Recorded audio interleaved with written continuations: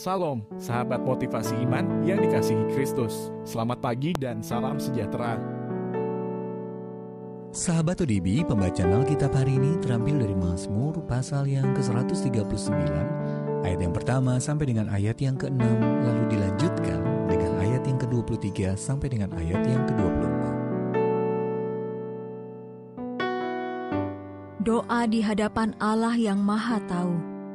Untuk pemimpin biduan Mazmur Daud. Tuhan, Engkau menyelidiki dan mengenal aku. Engkau mengetahui kalau aku duduk atau berdiri. Engkau mengerti pikiranku dari jauh.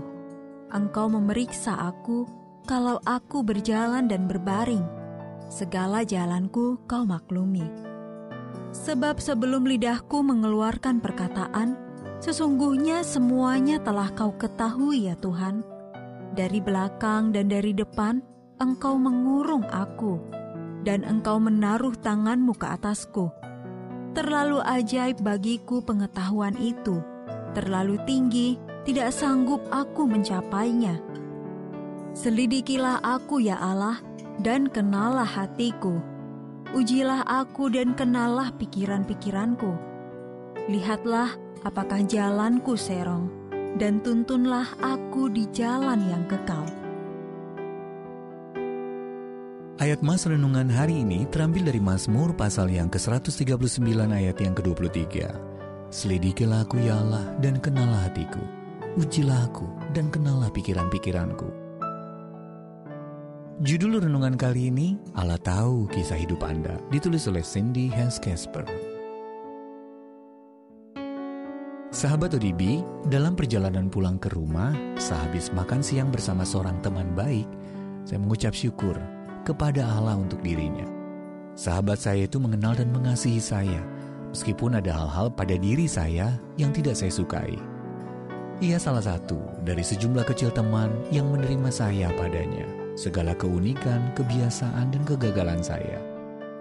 Meskipun demikian, masih ada bagian-bagian dalam kisah hidup saya yang tidak ingin saya bagikan dengannya atau dengan orang-orang yang saya kasihi.